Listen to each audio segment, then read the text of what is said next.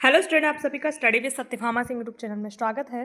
तो यहाँ पर हम पढ़ने वाले हैं मगध का उत्कर्ष और जिसके बाद पुष्यमित्र शुंग वंश है और छोटे छोटे जो वंश हैं उनके बारे में, शुंग वंश के बारे में और भी वंश हैं उनके बारे में पढ़ने वाले हैं।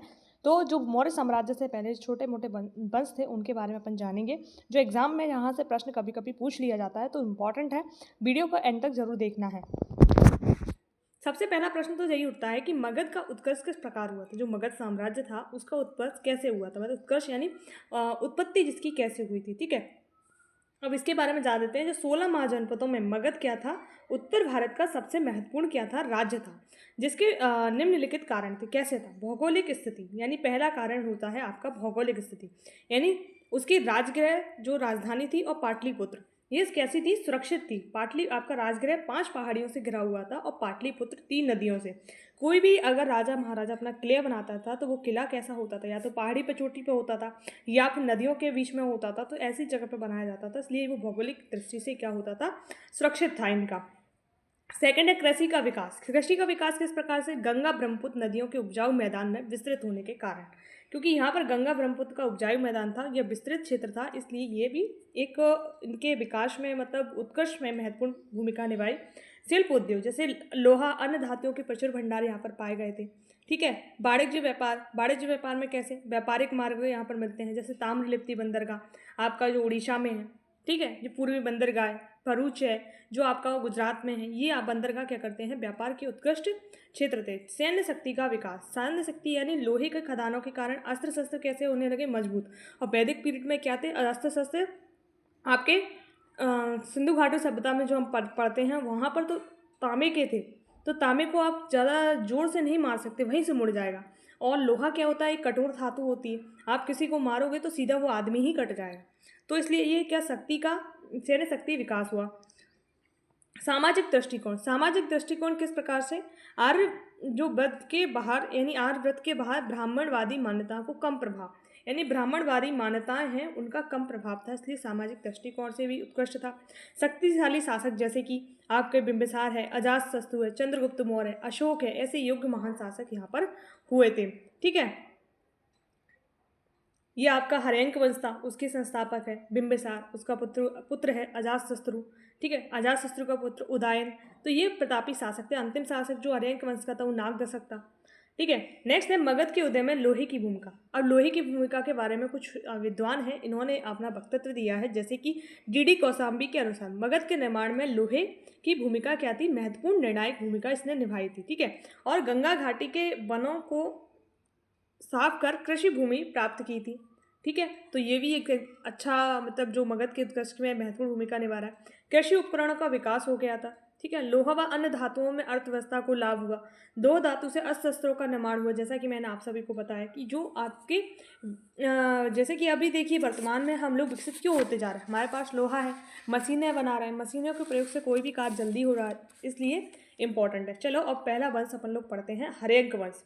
यहाँ से पेपर में आता है, ये 544 से लेकर 412 ईसा पूर्व तक ये शासन रहा था। ठीक है, सबसे पहला शासक इसका, जो इसकी राजधानी एक बार देख लीजिए, राजगृह और ग्रीवरेश था।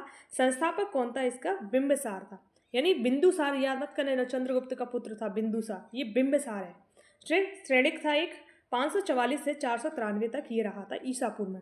इसका विजय क्या है, अंग महाजनपद और बृहदत्त को इसने पराजित किया था। अंग महाजनपद थी, वहाँ का राजा कौन था, बृहदत्त, उसको इसने पराजित किया था। साम्राज्य विस्तार की नीति कैसे थी, वैवाहिक संबंध, इसने क्या किया था, वैवाहिक संबंध के माध्यम से साम्राज्य का क्या किया था, विस्तार किया था। अब किस प्रकार से विस्तार किया था वो भी देख लीजिए। लिच्छवी शासक, जो लिच्छवी शासक था उस समय, उसकी चेटक की जो पुत्री थी चेलना से इसने विवाह किया था। इंपॉर्टेंट है, कभी कभी प्रश्न आता है। कौशक नरेश, जो कौशल के नरेश थे, प्रसेनजित था, उसकी बहन महाकौशल से इन्होंने विवाह किया और काशी क्या लिया था, दहेज में लिया था इन्होंने। ठीक है, मद्र राजकुमारी क्षेमा से इन्होंने विवाह किया, किसने, क्षेमा से। तो 3 राजवंशों में वैवाहिक संबंध स्थापित किए, यानी ये जो आपका बिंबिसार था इसने शादी की लिच्छवी, कौशल और मद्र। मद्र देश की राजकुमारी क्षेमा थी, कौशल नरेश थे जो प्रसेनजित, उनकी बहन महाकौशल थी, लिच्छवी शासक चेटक की पुत्री चेलना थी, और काशी दहेज किसने दिया था, कौशल नरेश प्रसेनजित ने दिया था। इन्हीं की पुत्री से शादी कौन करेगा, इनका पुत्र अजातशत्रु, कौशल नरेश प्रसेनजित की पुत्री से। अवंती नरेश कौन था, प्रचंड प्रद्योत को पीलिया रोग उपचार हेतु उन्होंने राजवैद्य को जीवक को भेजा था। चंडप्रद्योत कहाँ का था? अवंती यानी अपने उज्जैनी का राजा था। ठीक है, इसने जो बिंबिसार था धर्म कौन सा अपनाया था, किसको उसने संरक्षण दिया था? तो जो अनुयायी था वो तो जैन धर्म का था, परंतु पोषण जिसको संरक्षण दिया था वो बौद्ध धर्म था। थोड़ा ध्यान रखना है। और इसकी हत्या किसने की? इसी के पुत्र अजातशत्रु ने बिंबिसार की हत्या कर दी गई। नेक्स्ट जो राजवंश है अजातशत्रु, राजा कौन है? अजातशत्रु। ये कब तक रहा था? 493 से 461 तक। थोड़ा ध्यान रखना है, 493 से 461 तक ईसा पूर्व तक रहा। इसकी राजधानी क्या थी? राजगृह। उपनाम क्या था? कुड़िक। कभी कभी पूछा जाता है कुड़िक किसका उपनाम है, तो ये अजातशत्रु का उपनाम है। ठीक है, विजय क्या किया था इसने? कौशल नरेश प्रसेनजित को हराकर काशी प्राप्त किया और पुत्री बाजीरा से विवाह किया। मैंने बताया ना ऊपर, इसने इसकी पुत्री से विवाह किया था, प्रसेनजित किया अजातशत्रु ने। ठीक है, तो उसने प्रसेनजित की पुत्री से विवाह कर लिया। बज्जी संधि को जीता, यानी बज्जी जो संघ था उसको जीत लिया। सहायता का कौन थे इसके? बत्सकार। ठीक है, और महाशिला कंठक और रथ मूसल नामक हथियारों का निर्माण करवाया था। ये दोनों हथियार इंपॉर्टेंट है, महाशिला कंठक और रथ मूसल। आपने बाहुबली जिसमें वो एक राक्षस वाली मूवी आई थी साउथ की, जिसमें कट कट करके काटता जाता था, उसमें ये हथियार का प्रयोग हुआ। तो महाशिला कंटक रथ मूसल। ठीक है, शेष इस धर्म का अनुयायी था, ये बौद्ध धर्म का अनुयायी था और संरक्षण जैन धर्म को दिया था। परंतु इसके फादर कौन थे? जैन धर्म के अनुयायी थे और बौद्ध धर्म को संरक्षण दिया था। इसने संरक्षण जैन और अजीवक को दिया था। बौद्ध धर्म का स्वयं क्या था? अनुयायी था। शासन के 8वें वर्ष बुद्ध को निर्माण की प्राप्ति हुई। किसके शासन के निर्माण में शासन काल में बुद्ध को निर्वाण यानी जो मोक्ष है, एक प्रकार के महापरिनिर्वाण नहीं होते, मृत्यु जिसकी हुई थी बुद्ध की, वो कब हुई थी? तो वो आपके अजातशत्रु के शासन काल में ही हुई थी। बौद्ध संगीति का आयोजन हुआ राजगृह में, सप्तकर्णी गुफा में। ठीक है, ये इंपॉर्टेंट है। और मृत्यु इसकी उसके ही पुत्र उदयन ने कर दी थी। ठीक है, तो ये एक दूसरे बाप बेटा सभी को मारते आ रहे हैं एक दूसरे को। ठीक है, नेक्स्ट राजा बना उदयन। उदयन राजा बना 461 से लेके 412 तक। ठीक है, 11-12 तक रहा था। फिर अंतिम जो अनिरुद्ध मुंड, ये थोड़े थोड़े रहे थे। पाटलिपुत्र को इसने राजधानी बना लिया अपनी। जैन धर्म का ये अनुयायी था, यानी अपने पिता की तरह ही जैन धर्म को उसने नहीं माना और इसने अपने दादा की तरह जैन धर्म को माना। ठीक है, दादा यानी बिंबिसार, और इनके पिता का क्या धर्म था? बौद्ध धर्म। इसके बाद अनिरुद्ध आया, फिर मुंड आया। अंतिम शासक का नाम याद कर लीजिए, नागदशक था। इसकी हत्या किसने की थी? शिशुनाग। शिशुनाग कौन था? इनका अमात्य था, उसने इसकी हत्या कर दी थी। तो ये शिशुनाग जो था एक राजा था, सॉरी अमात्य था। इसने जो एक प्रधानमंत्री टाइप का होता है अमात्य, तो उसने अपने ही राजा यानी नागदशक था उसकी हत्या कर दी थी। ठीक है, अब नेक्स्ट जो राजवंश है नाग राजवंश। तो नाग वंश के बारे में देखो थोड़ा जानते हैं। तो ये 412 से लेकर 344 ईसा पूर्व तक नाग वंश था और इसके संस्थापक कौन थे? शिशुनाग। इनका जो शिशुनाग का टाइम पीरियड याद कर लेना, 412 से 394 ईसा पूर्व तक रहा था। थोड़ा इंपॉर्टेंट है, इसलिए ये नाम अपन को याद करना पड़ेगा किसी भी हाल में। इनकी राजधानी क्या थी?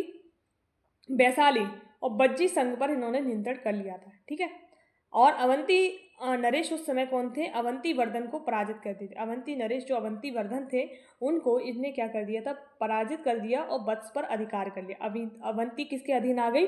शिशुनाग के अंतर्गत आ गई। फिर नेक्स्ट राजा हुआ था कालाशोक, जो 394 से 366 ईसा पूर्व तक रहा था। इसने क्या किया? पुनः जो पाटलिपुत्र था उसको राजधानी बना लिया, क्योंकि इसके पिता ने किसको राजधानी बनाया? वैशाली को राजधानी बनाया। इनने पाटलिपुत्र को बना लिया। तो पाटलिपुत्र को राजधानी बनाने वाला एक सबसे पहले कौन था आपका? उदयन था। फिर कौन आता है आपका, बताइए?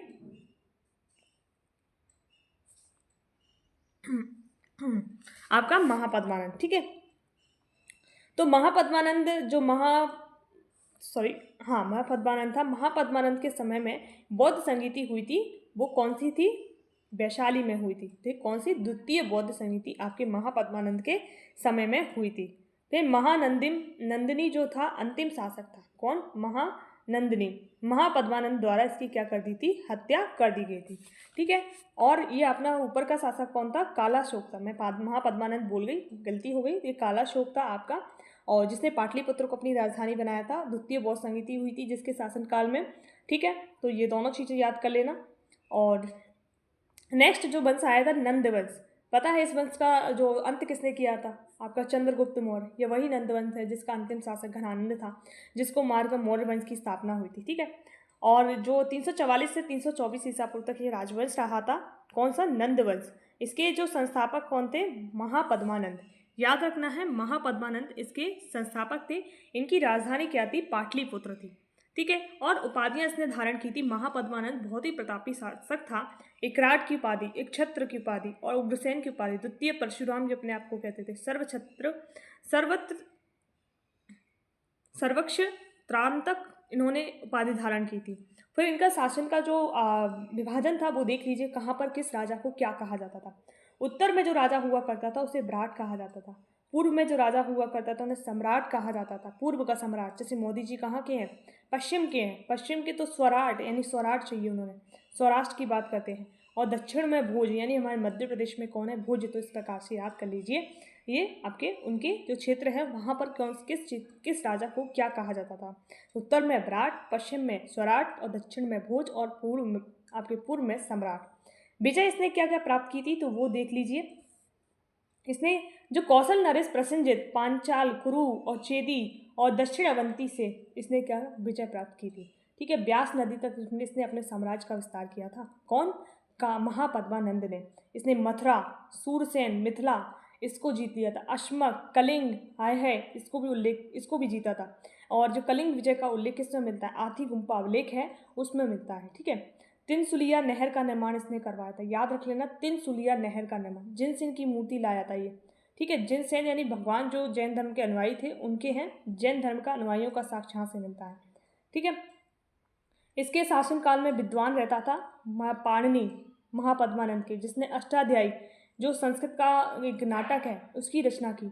कात्यायन, वर्ष, उपवर्ष और बरूची ये भी इसके यहाँ पर रहते थे, विद्वान थे इसके समय के, ठीक है। फिर नेक्स्ट जो राजा आ जाता है आपका पंडुक और पंडुगति, परंतु इंपॉर्टेंट नहीं है। फिर आपका एंड है घनानंद। घनानंद की राजधानी भी पाटलिपुत्र थी। मंत्री सकटाल था, सेनापति भद्रसाल था और उपाधि अग्रमीज, यूनानी गेमी और बहुत ज़्यादा ये बुद्धिमान व्यक्ति था घनानंद। अपने जैसे कई सारे रूप इसने बना के रखे थे लोगों के, यानी हम शक्ल जिसको बोलते हैं, इसलिए घनानंद को मारने में काफ़ी ज़्यादा कठिनाइयों का सामना करना पड़ा। अब जो ईरानी आक्रमण हुए थे जिसे हकामनी वंश कहा जाता है उसके बारे में थोड़ा जानते हैं। जैसे कि पर्सिया राज्य और इराक, ईरान और सीरिया, यहाँ से ये लोग ईरानी आक्रमण हुआ था। पर्सिया से राज्य से, ईरान, इराक और सीरिया से आए थे। एशिया माइनर और एशिया मरीन वाला क्षेत्र था वो आपका हकामनी साम्राज्य था वहाँ पर। भारत पर इन लोगों ने सबसे पहले आक्रमण किसने किया था? प्रथम बार भारत पर विदेशी आक्रमण ईरानियों द्वारा किया था, ठीक है। और ईरानी थे जिन्होंने, या यूनानी जिनको कहा जाता है, इन्होंने इंडिया नाम दिया था। तो ईरानियों ने क्या किया था? भारत पर सबसे पहले आक्रमण किया। इनका जो साइरस सेकंड नाम का शासक था, इसने कोई भी भूभाग नहीं जीता और असफल रहा। इसने आक्रमण किया परंतु असफल रहा, साइरस सेकंड। फिर सेकंड जो आक्रमण किया था डेनियस फर्स्ट था, इसको दारा फर्स्ट भी कहा जाता है। 516 से लेकर 515 ईसा पूर्व में पश्चिमोत्तर भारत पर अधिकार कर लिया और इसने 20वां भाग बना लिया था, ठीक है। अधिकार करके इसने साम्राज्य का 20वां भाग जो था वो बना लिया था, ठीक है। कुल 28 प्रांत इसने जीत लिए थे, ठीक है। किसने? आपके डेरियस सेकंड ने। तो ये दूसरा आक्रमणकारी का था। सबसे पहले साइरस सेकंड था, ठीक है। फिर थर्ड आक्रमण किया था डेरियस सेकंड ने। फिर फोर्थ किया था डेरियस थर्ड ने। इसने क्या किया था? उरुविला के युद्ध में सिकंदर से भारतीयों का प्रयोग किया था। सिकंदर से युद्ध लड़ने में इसने क्या किया था? भारतीयों का प्रयोग किया था। किसने? डेरियस थर्ड ने। उसी समय सिकंदर भी आ रहा था भारत में और इसी समय कौन था? Darius second. यानी सिकंदर के समय जो ईरानी शासक था भारत में कौन था? Darius third. और इससे युद्ध के लिए इसने भारतीय सैनिकों का प्रयोग किया था उरीवेला में, डेरियस थर्ड ने, सिकंदर से युद्ध के लिए, ठीक है। प्रभाव क्या रहा था इसका? भारत में खरुष्टी लिपि का विकास, ईरानी और एरामिक लिपि, जो कि आपकी खरुष्टी लिपि का विकास हो गया था इनके प्रभाव से, और ईरानी जो एरामाइक लिपि थी वो विकसित हुई और भारत में आई। और जो एरामिक लिपि लिखते हैं वो कैसे? लेफ्ट टू राइट, ये वाले मॉडल में लिखते हैं, ठीक है। मौर्य स्थापत्य कला और मूर्ति कला पर ईरानी का प्रभाव पड़ा, ठीक है। यानी ईरानी शैली में यहाँ पर मौर्य जो लोग थे मूर्ति कला बनाने लगे थे। अशोक के अभिलेखों में प्रजा का संदेश देने की प्रेरणा, जो प्रजा होती थी उसके संदेश देने की जो प्रेरणा है वो डेसियस से ली थी, यानी जो डेरिसियस था उससे ली थी। ठीक है, याद कर लेना, थोड़ा इंपॉर्टेंट है, थोड़ा बोरिंग भी है ये चैप्टर थोड़ा, क्योंकि ये एज इट इज याद करना होता है हिस्ट्री में हमें। यूनानी आक्रमण, यूनानी आक्रमण कब? 326 ईसा पूर्व में हुआ था।